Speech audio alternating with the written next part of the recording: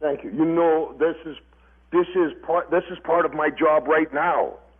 When we did the old school with Cena and that other kid, the English kid. Wade Barrett. Yeah, the promo that you delivered where you said, don't you dare devalue the championship I never won. Yeah, I meant it. I meant it because, and we know from this show, we're talking David Arquette, we're talking Hall of Fame and stuff like that. Don't you dare do that, man. And don't you allow them to let you to. Don't play that card. Come on. It is real. Because if we don't do it correctly, it'll all fall apart. There's some kind of reality there to it. Right? Now, I'm not talking about the actual activity in the ring, what you want to think is real and not real. I'm not talking about that. I'm talking about the whole construction of the entity of the in this case, the WWE Universe. The nuts and bolts have got to be correct. You cannot adjust those. The belt must be respected, or it means nothing. It won't draw. When they ask me about the belt, because I never won it, and there's a couple reasons why, I think. But hindsight now, given 2020, I know that there was one meeting they had, and Chief Jay Strongbow said Piper doesn't need a belt to get over. I would agree with that, Roddy. I don't think you needed a belt to get over. You were already so over that you would be helping the belt more than that belt would help you.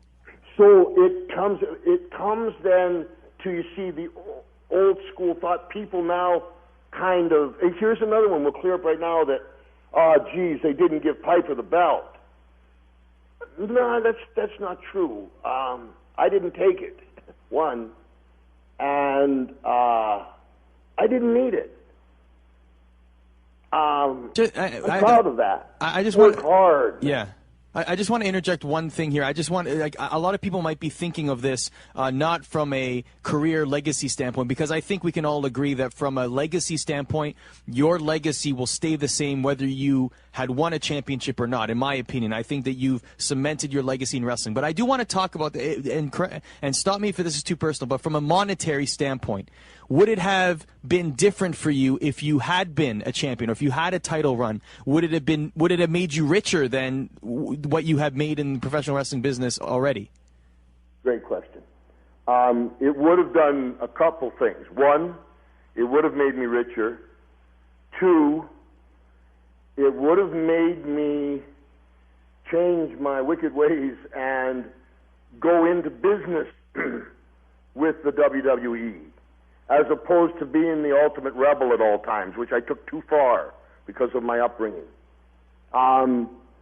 So I think there would have been more solidarity, and it would have increased my income absolutely, because they cut me off when I went to Do They Live. And Hogan sat down and they did no holds barred. That was the answer to They Live. We'll show him. Oh, okay. But it was that personal, instead of going, hey, way to go, Rod.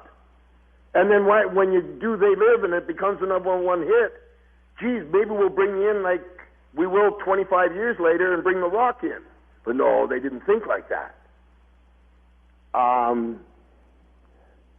So economically it cost me, but on the other side, that I got the opportunities to go places where nobody ever has gone before, because